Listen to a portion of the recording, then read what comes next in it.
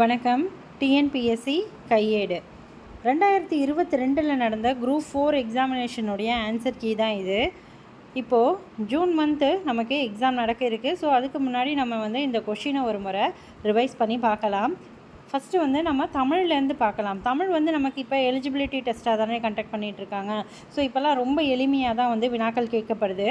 So first நம்ம இப்போது தமிழ் கேள்வியை நூறுத்தையும் பார்த்துடலாம். உவமை தொடர் உணர்த்தும் பொருத்தமான பொருளை தேர்ந்தெடுத்து எழுதுக. உவமை தொடர் உணர்த்தும் பொருத்தமான பொருள். உள்ளங்கை நெல்லிக்கனி போல என்பது வெளிப்படைத்தன்மை என்பதை விளக்குகிறது. சிலை மேல் எழுத்து போல இப்பழமொழி விளக்கும் பொருளை தருக.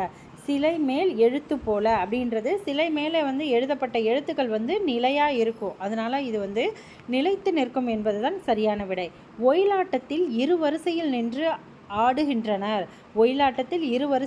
ஆடுகின்றனர். இத்தொடர் செயப்பாட்டு வினை தொடர் எது? இதில் இது செய்வினை. இதை செயப்பாட்டு வினையாக மாற்ற சொல்லியிருக்காங்க. அதாவது ஒயிலாட்டம் இரு வரிசையில் நின்று ஆடப்படுகிறது. இந்த படுகிறது அப்படின்ற வார்த்தைலாம் வந்துச்சுன்னா தான் செயப்பாட்டு வினை அப்படின்னு சொல்லக்கூடும். ஒயிலாட்டம் இரு வரிசையில் நின்று ஆடப்படுகிறது. மாலதி மாலையை தொடுத்தாள். இது எவ்வகை வாக்கியம்? செய்வினை. மாலையை தொடுத்தது மாலதி அப்படின்னு வந்துச்சுன்னா அது செயப்பாட்டு வினையாக அமையும். இலக்கண குறிப்பறிதல். சால சிறந்தது என்பது உரிச்சொற்றொடர். மல்லிகை, பள்ளி, கிளை, இனிமை. மல்லிகை அப்படின்றது பொருட்பெயர். மல்லிகை என்பது பொருட்பெயர். பள்ளி அப்படின்றது ஒரு இடப்பெயர். கிளை அப்படின்றது சினைப்பெயர். இனிமை என்பது பண்பு பெயர். ஸோ இதெல்லாமே இலக்கண குறிப்புகளில் வரக்கூடியது. 4, 3, 1, 2 என்பது தான் சரியான விடை. பொருத்தமற்ற சொற்களை எடுத்து எழுதுக. காலப்பெயர் அப்படின்னு வந்துச்சுன்னா நமக்கு செம்மை அப்படின்னு வர்றது தவறு. அதாவது என்ன வரும்னா செம்மை என்பது பண்பு பெயரில் தான் வரணும். ஸோ ஒரு பண்பை குறிக்கிறதுனால இது பண்பு பெயர். காலம்னா நேரத்தை அந்த மாதிரியாக குறிச்சிருந்தது, மாதம் அது மாதிரி குறிச்சதுன்னா அது காலப்பெயர். சினைப்பெயர் அப்படின்றது சினைப்பெயர் என்பது கண்ணு. பண்பு பெயர் ஆண்டுன்னு சொல்லியிருக்காங்க, இது தவறு. ஆண்டு என்பது காலப்பெயரை குறிப்பது. இப்போ இந்த இடத்துல இது ரெண்டுமே மாறி மாறி இருக்குது. காலப்பெயரில் ஆண்டும் பண்பு பெயரில் செம்மை அப்படின்றதும் வரும். தொழில் பெயர் என்பது ஆடுதல். ஏவும் சியும் இந்த இடத்துல நமக்கு தவறாக இருக்குது. பியும் டியும் சரி. ஸோ பொருத்தமற்றதுன்னு கேட்டதுனால ஆப்ஷன் ஏ தான் இதற்கு சரியான விடை. கேள் என்னும் வேறு சொல்லின் வினையெச்சத்தை தேர்ந்தெடுக. கேள் என்னும் வேறு சொல்லின் வினையெச்சம். கேட்டு வினையெச்சம் வந்துச்சுன்னா கேட்ட அப்படின்னா பெயரெச்சம். கேட்டல் என்பது தொழில் பெயர். கேட்டான் அப்படின்றது வினையால் அணையும் பெயர். தனிந்தது இச்சொல்லின் வேறு சொல். தனிந்த பெயரெச்சம். தனிந்து வினையெச்சம். தருக இச்சொல்லுடைய வேறு சொல். தந்த பெயரெச்சம். தந்து வினையெச்சம்.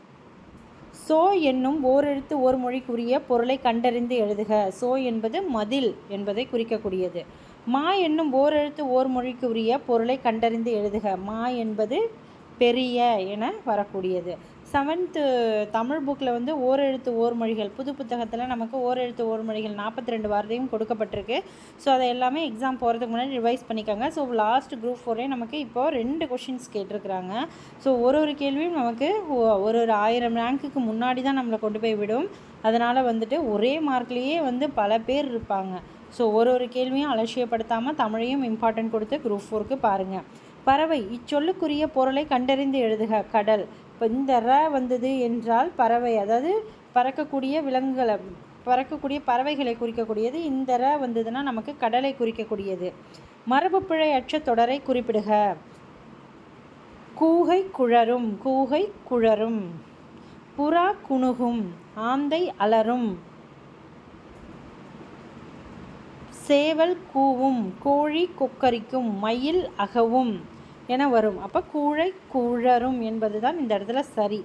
சந்திப்பிழையற்ற தொடரை கண்டறிக. வேலை வாய்ப்புகளில் கணிசமான மாற்றங்களை செயற்கை நுண்ணறிவு கொண்டு வரப்போகிறது. வேலை வாய்ப்புகளில் கணிசமான மாற்றங்களை செயற்கை நுண்ணறிவு கொண்டு வரப்போகிறது. ஸோ இதுதான் ஆப்ஷன் டி தான் இந்த இடத்துல சரி. இச்சி என்ற வார்த்தை இந்த இடத்துல வரணும் நமக்கு.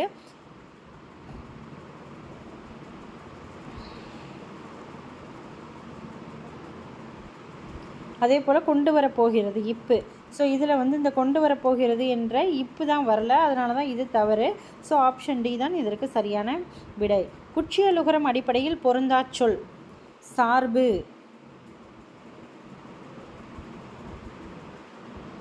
இது வந்து இடையின, அதாவது இடைத்தொடர் குற்றியலுகரம். மருந்து உயிர்த்தொடர் குற்றியலுகரம். காசு ஆயுதத்தொடர் குற்றியலுகரம். பசு என்பது முற்றியலுகரம். பசு என்பது முற்றியலுகரம், அதனால் வந்து இது குற்றியலுகரத்தில் பொருந்தாதது. பொருந்தா சொல்லை கண்டறிக. மோனை எதுகை இயைபு இசைவு என்பது தான் இந்த இடத்துல நமக்கு பொருந்தாது. மோனை எதுகை இயைபு அப்படின்றது நமக்கு இலக்கண குறிப்புகளில் வரக்கூடியது. சோறு உண், பால் பருகு, பழம் தின், தண்ணீர் குடி. ஸோ 2, 3, 4, 1 என்பது தான் இதுக்கு சரியான விடை. ஸோ இந்த எண் நமக்கு தெரிஞ்சாலே எழுதிடலாம். ஸோ 0க்கு 0ன்னு வரும், காவுக்கு 1க்கு கா, 2க்கு ஊ, 3க்கு ஞா அப்படின்ற மாதிரி தான் நமக்கு வரும். ஞா. 4 சா போட்டு மேலே வந்து நம்ம எழுத்து விடணும். 5க்கு ரூபாய்க்கு வரது வரும். 6க்கு சா போட்டு 2 இது நமக்கு எழுத்து விடுற மாதிரி வரும். சா அப்படின்னு நடியில் வர மாதிரி. 6க்கு 7க்கு வந்து ஏ வரும். 8க்கு வந்து ஆ வரும். 9க்கு வந்து ஸோ இதுதான் வரும். ஸோ நமக்கு இதெல்லாம் தெரிஞ்சிருந்தாலே போதுமானது. 0 க உ,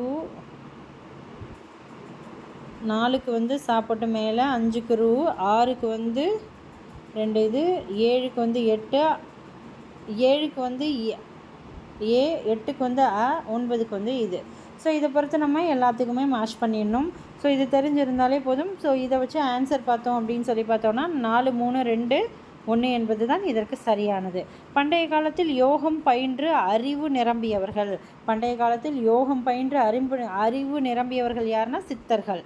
உழவர் பாட்டு என்று அழைக்கப்படும் நாட்டுப்புற பாட்டு. உழவர் பாட்டு என்று அழைக்கப்படும் நாட்டுப்புற பாட்டு தாலாட்டு பாட்டு.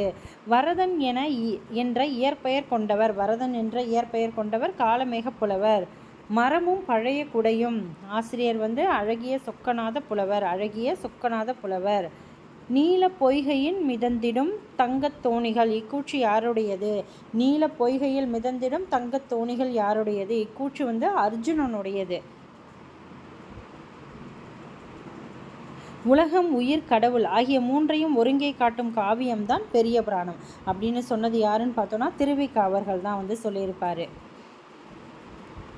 அதே போல் மகாவித்வான் மீனாட்சி சுந்தரனார் வந்து பக்தி சுவை நனி சொட்ட சொட்ட கவி வளவ அப்படின்னு சொல்லி சேக்கிழாரை வந்து சொல்லியிருப்பார். என்னென்னா பெரிய புராண நூலை வந்து குறிப்பிட்டிருப்பார். யாருன்னா மகாவித்வான் மீனாட்சி சுந்தரனார்.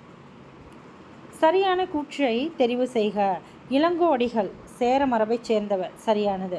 இவர் வந்து சிலப்பதிகாரத்தை இயற்றியிருக்காரு. அடிகள் நீரே அருளுக என்ற கூற்றுக்குரியவர். என்னென்னா யாரை பற்றி சொல்வார்னா சீத்தலை சாத்தனாரை பற்றி அடிகள் நீரே அருளுக என குறிப்பிடுவார். அடுத்தபடியாக நாட்டுதும் யாமோர் பாட்டுடை செய்யுள் என்று கூறியவர் இளங்கோடிகள். ஸோ இது 4மே சரியானது தான், அனைத்தும் சரி. சிலப்பதிகாரமும் மணிமேகலையும் இரட்டை காப்பியம் என அழைக்கப்படுகின்றது. சிலப்பதிகாரம் மணிமேகலை ஆகிய இரண்டும் 30 காதைகளை கொண்டுள்ளது. ஸோ இது 2மே சரி. 2த்துலேயுமே வந்து 30 காதைகள் இருக்கும். வாணிகம் செய்வாருக்கு வாணிகம் பேணி பிறவும் தம போல செய்யின். திருக்குறள் உணர்த்தும் கருத்து நேர்மை. அதாவது வணிகர்கள் எல்லாமே அந்த காலத்தில் நேர்மையாக இருந்தார்கள் அப்படின்னு விளக்கக்கூடியதாக இந்த குறள் வந்து நமக்கு தெளிவுபடுத்துகிறது. ஏர் எழுபது 11 கீழ்கணக்கு நூல்களில் ஒன்று. ஏர் எழுபதுன்றது கம்பரால் எழுதப்பட்ட ஒரு நூல் தான் ஏர் எழுபது. இது வந்து 11 கீழ்கணக்கு நூல்களில் ஒன்று கிடையாது. எழுதியவர் வந்து கம்பர். ஸோ இது வந்து தவறு. கூற்று 2 தான் வந்து சரி. 1 தவறு 2 சரி. கூற்று 2 மட்டும் சரி. ஆப்ஷன் பியில் இருக்கிறது மட்டும்தான் ஆன்சர். யாமறிந்த புலவரிலே கம்பனை போல் என்று புகழ்ந்து கூறியவர் பாரதியார். யாமறிந்த புலவரிலே கம்பனை போல் வள்ளுவனை போல் இளங்கோவை போல் எங்கேனும் கண்டதில்லை அப்படின்னு சொல்லி எழுதியிருப்பார். யாருன்னா பாரதியார். மன்னனும் மாசற கற்றோனும் சீர்தூக்கின் மன்னனின் கற்றோர் சிறப்புடையன். மன்னனும் மாசற கற்றோனும் சீர்தூக்கின் மன்னனின் கற்றோர் சிறப்புடையன் என கூறப்படும் நூல் எதுன்னு பார்த்தோன்னா மூதுரை. மூதுரையில் தான் இந்த பாடல் வந்து குறிப்பிடப்பட்டுள்ளது.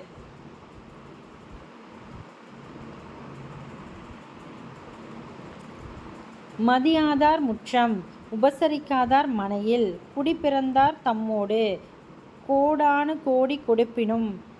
மதியாதார் முற்றம் அப்படின்றது வந்துட்டு மிதியாமை கோடி பெறும்.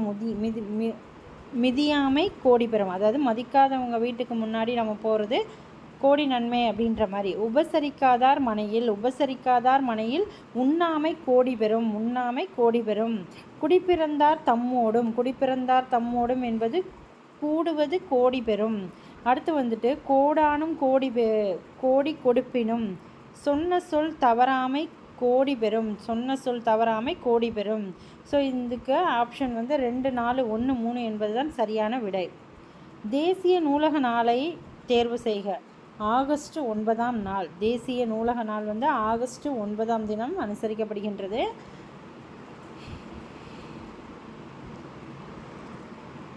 ராமலிங்க அடிகள் சென்னை கந்தக்கோட்டத்து முருகப்பெருமானின் மீது பாடிய பாடலின் தொகுப்பு தெய்வமணி மாலை. ராமலிங்க அடிகள் சென்னை கந்தக்கோட்டத்து முருகன் பெருமானின் மீது பாடிய பாடலின் தொகுப்பு தெய்வமணி மாலை. 10th ஓல்டு புக்கில் நமக்கு கொடுத்துருப்பாங்க, தமிழ் புக்கில்.